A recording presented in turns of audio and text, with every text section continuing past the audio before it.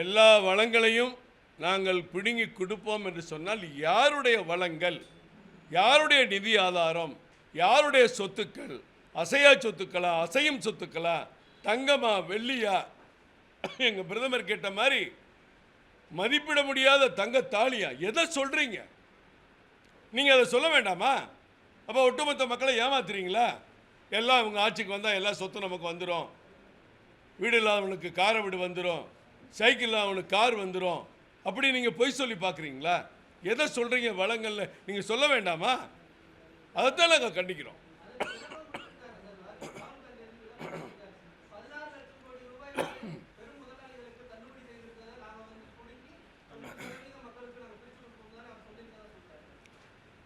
அதை இன்னைக்கு சொல்லியிருக்கிறாரு, இன்னைக்கு விளக்கம் கொடுத்துருக்கிறார். நேற்றைக்கு அந்த விளக்கம் கொடுக்கல, இன்னைக்கு கொடுத்துருக்கிறாரு. 16 லட்சம் கோடி தள்ளுபடி ஆனதுன்னு அவர் சொல்றதே மாபெரும் முட்டாள்தனம், தவறு. ரிசர்வ் வங்கி சட்டப்படி எந்த வங்கியும் ஒரு தனியார் செலுத்த முடியாத கடனை தள்ளுபடி என்ற அந்த ஒரு வகையே இங்கே கிடையாது, ஒரு சிஸ்டமே கிடையாது. வரக்கூடிய ரெகுலர் கடனிலிருந்து இது வராக்கடனாக மாறுகிறது. இந்த வராக்கடனை எடுத்து தனியாக வைப்பது வங்கி நடைமுறையில் வழக்கம். அது இப்பொழுதல்ல, வங்கி உருவான காலத்திலிருந்து இருக்கிறது. அந்த வராக்கடனுக்காக அந்த நிறுவனத்தினுடைய சொத்துக்கள் பறிமுதல் செய்யப்பட்டிருக்கும், அவர்கள் மீது வழக்கு நடைபெறும். மிகப்பெரிய தவறு மணி லாண்டரிங் மாதிரி நம்ம செந்தில் பாலாஜி அவர்கள் செய்ததாக சொல்கிறார்களே, அது மாதிரி செய்து தப்பிக்க நினைத்தால் அவர்கள் மீது சிபிஐ வழக்கு போகும், இடி வழக்கு போகும். இது வழக்கமான ஒன்று, தள்ளுபடின்னு எங்கேயுமே கிடையாது. அப்படி இவர் எந்த நிறுவனத்தை, எந்த கடன் பெற்ற நிறுவனத்தை சொல்லுகிறாரோ அதையெல்லாம் தயவு செய்து பத்திரிகையாளர்கள் ஒரு பட்டியலிட்டு பார்த்தீர்களே என்றால் நன்றாக தெரியும். காங்கிரஸ் ஆட்சி காலத்திலே தான் இவர் குறிப்பிடுகிற நிறுவனங்கள் எல்லாமே அதிகமாக வங்கியிலே கடன் பெற்றிருக்கிறது. போன் பேங்கிங் சொல்லுவாங்க அம்மா நிர்மலா சீதாராமன் அவர்கள். ஃபோன் பண்ணால் கடன் கொடுக்கணும். இன்றைக்கி முடியுமான்னு நீங்கள் செஞ்சு பாருங்கள். எவ்வளோ பெரிய ஆளை வச்சு கூட நீங்கள் ஃபோன் பண்ணி பாருங்கள் ஒரு பேங்க் மேனேஜருக்கு. ஆனால் அன்றைக்கி ஃபோன் பண்ணால் போதும், சின்ன துண்டு சீட்டு விட்டு கொடுத்து விட்டால் போதும். அப்படிப்பட்ட காலம் இது இல்லை. ராகுல் காந்தி சொல்வது முற்றிலும் தவறான ஒன்று. அவங்க முதல்ல சொன்னது தப்பாக சொல்லிட்டாங்கிறதுக்காக இப்போ புதிய குறுக்குச்சால் விமர்சனத்தை, ஒரு பதிலை அவர் சொல்லிக் கொண்டிருக்கிறார்.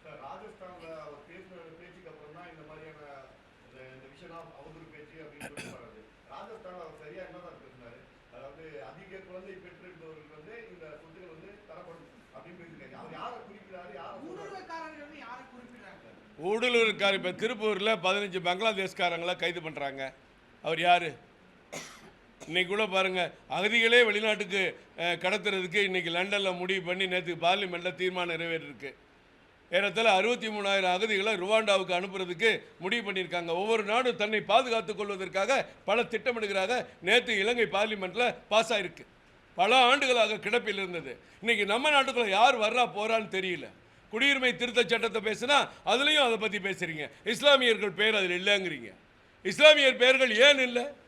நம்மளை சுற்றி இருக்கிற ஆப்கானிஸ்தான், பாகிஸ்தான், பங்களாதேஷ் ஏறத்தாழ 60 கோடி பேர் வாழ்ந்துட்டு இருக்காங்க. பக்கத்தில் இருக்கிற 60 கோடி மக்களுக்கும் இந்தியாவை திறந்து விட்டால் இந்தியன் எங்கே போகிறது? நமக்கு ஒன்றுமே இல்லை. இஸ்லாமிய நாடுகளுக்கு 54 கண்ட்ரி இருக்குது உலகத்தில். இந்தியாவுக்கு யார் இருக்கா? ஒருத்தருமே கிடையாது. நம்ம கடலில் தான் விழுகணும். அப்போ எல்லாத்தையுமே ஒரு திட்டமிட்டு ஏற்கனவே வந்தவங்க இதோட போதும், இஸ்லாமியர்களுக்கு இல்லைன்னா இஸ்லாமியர்களுக்கு இல்லைன்னு இல்லை. நல்லா புரிஞ்சுக்குங்க. சுற்றி இருக்கிற நாடுகள் பெரும்பான்மை நாடுகள், மத அடிப்படையில் செயல்படும் நாடுகள்.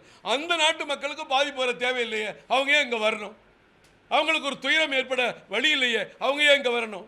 அவங்க அகதியில் வர வேண்டிய நிலையே இல்லையே, அவங்களுக்கே நம்ம குடியுரிமை திருச்சட்டத்தில் வாய்ப்பு கொடுக்கணும். இதுதான் இந்தியாவோட நிலைப்பாடு. இதை கூட எல்லாம் மத ரீதியாக தான் நீங்கள் பார்த்தீங்க. அவர் அப்படி சொல்லலை.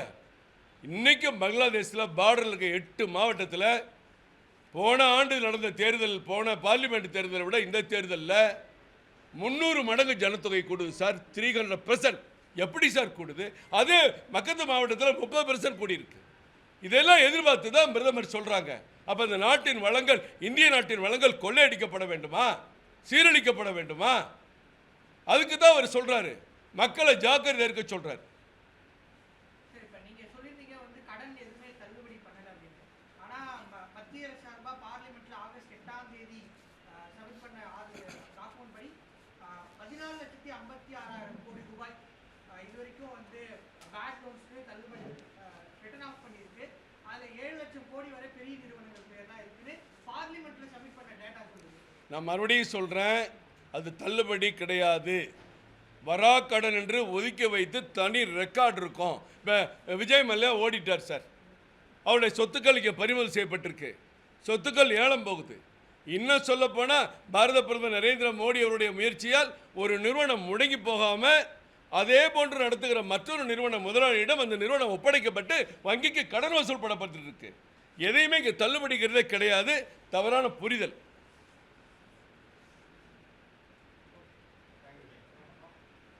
நன்றி சார் அனைவருக்கும்.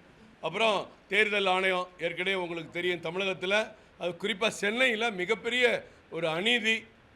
முதல் நாள் வந்து 67%, ரெண்டாவது நாள் 54%, 13% வித்தியாசம் எப்படி வந்துச்சுன்னு நாங்கள் தேர்தல் அதிகாரிகிட்ட கேட்டால் அவங்களுக்கே விழி பிதுங்கி நிற்கிறாங்க, பதில் சொல்ல தெரியல. கேட்டால் நாங்கள் ஒரு ப்ரொஜெக்ஷனில் போட்டோம், மாலை வரைக்கும் வந்துகிட்டே இருந்தது, இப்படித்தான் வரும்னு நினச்சோம், அப்படிலாம் பதில் சொல்கிறாங்க. வாக்காளர் பட்டியலில் பேர் இல்லைங்கிறது ஒரு கேலிக்கூத்து. ஏன்னா என் பேர் வாக்காளர் பட்டியலில் இல்லை அப்படின்னா நான் வருத்தப்படக்கூடாது. ஆனால் என் பேர் ஜனவரி மாதம் வெளியிட்ட வாக்காளர் பட்டியலில் இருக்குது. கார்ப்பரேஷன் தேர்தலில் நான் வாக்களிக்கிறேன், 2020 சட்டமன்ற தேர்தலில் நான் வாக்களிக்கிறேன். அப்போ நான் என்ன பண்ணுறேன், தைரியமாக இருக்கேன். 3 தேர்தலில் வாக்காளர் பட்டியலில் இருக்குது, நான் போய் ஓட்டு போகிறேன். நேரம் என்னுடைய வாக்காளர் அடையாள அட்டை என் பாக்கெட்டில் வச்சுருக்கேன், எடுத்துகிட்டு போய் ஓட்டு போட்டால் இப்போ இல்லை. அப்புறம் இன்னொரு இடத்துல நான் போகிறேன், என்னுடைய சகோதரிக்கு இல்லை. இன்னொரு இடத்துல மனைவிக்கு இருக்குது, கணவருக்கு இல்லை. இன்னொரு இடத்துல பிள்ளைங்களுக்கு இருக்குது, அப்பா அம்மாவுக்கு இல்லை. என்ன வேடிக்கை! எல்லாத்துலையும் டிலீட்னு முத்திரை மட்டும் குத்தி வாக்காளர் பட்டியல் வச்சுருங்க. அது டிலீட்னா யார் கொடுக்கணும்? ஓட்டு போடுறவங்க நான் இந்த இடத்த விட்டு போகிறேன், படிவை 8 ஃபில் பண்ணுறேன், ஏதோ ஒன்று அவர் ஃபில் பண்ணிட்டு வெளியே போயிடுறாரு. நான் கேட்குறேன், நான் பதிவு பண்ணுறேன், நான் இங்கே வாக்களிக்க விரும்பவில்லை, நான் வேறு ஒரு பூத்தில் வாக்களிக்க போகிறேன், அங்கே நான் பதிஞ்சு வைக்கிறேன்னு.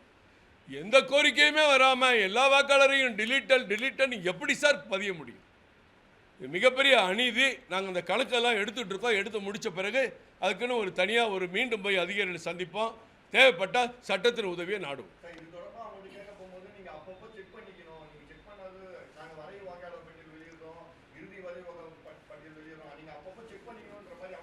சரியான கேள்வி, சரியான கேள்வி. ஒவ்வொருவரும் வீடு மாறி போனாங்கன்னா அப்பப்போ செக் பண்ணணும். நான் என் வீட்டில் 11 வருஷமாக இருக்கேன். 11 வருஷமாக இந்த தேர்தலுக்காக ஜனவரி மாதம் வெளியிடப்பட்ட பட்டியலில் என் பேர் இருக்குது. அதுக்கு முன்னாடி 3 தேர்தலில் இருக்குது, சட்டமன்ற தேர்தல், கார்ப்பரேஷன் தேர்தலில் இருக்குது. அப்போ 3 தேர்தலில் கண்டினியூவாக இருக்குது. நான் அதே வீட்டில் தான் குடியிருக்கிறேன், வேறு எங்கேயும் போகல. அங்கே தான் என்னுடைய ரேஷன் கார்டு இருக்குது, பால் கார்டு இருக்குது, இபி கார்டு இருக்குது, வீட்டு சொத்து வரி கட்டுறேன். அப்போ வாக்களிக்கிற உரிமை மட்டும் எப்படி பறிபோகும்? அது யார் அந்த வேலையை செய்கிறா? இது எவ்வளோ பெரிய முட்டாள்தனம்! இப்படி ஒரு கேள்வி அதிகாரி கேட்கறது மிகப்பெரிய தவறு நடந்திருக்கிறது. அவர்கள் பொறுப்பேற்க வேண்டிய கட்டாயம் வரப்போது பாருங்க. இருக்கலாம். இந்த அப்பா மேட்லி ரோட்டில் போய் சண்டை போட்டாங்க, ஏறத்தாழ 600 ஓட்டு 2 பூத்தில் காலி. 600 ஓட்டு, 600 ஓட்டில் எல்லாமே பிஜேபிக்கு அந்த பகுதியில், அந்த பூத்தில் கடந்த தேர்தலில் அதிக வாக்கு பெற்றோம். இவங்க வெற்றி பெற்ற வார்டு இது. சென்னையில் 200 வார்டில் வெற்றி பெற்ற வார்டு பாஜக. அங்கே போச்சு. அதுக்கு நாங்கள் என்ன பண்ணுறது? கம்ப்ளைண்ட் தான் பண்ணோம். எல்லாம் 6 மணிக்கு கதவு மூடிட்டாங்க, போலீஸை வர சொன்னாங்க. நாங்கள் உடனே கம்ப்ளைண்ட் லெட்டரை கொடுத்துருக்கோம், அவ்வளோதான் பண்ண முடியும். எப்படி 600 ஓட்டு ஒரு 2 பூத்தில் போகுங்க?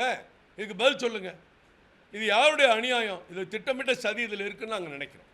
பாதகம் செய்பவரை கண்டால் நாம் பயங்கொள்ளலாகாது பாப்பா, மோதி மிதித்து விடு பாப்பா, அவர் முகத்தில் உமிழ்ந்து விடு பாப்பா.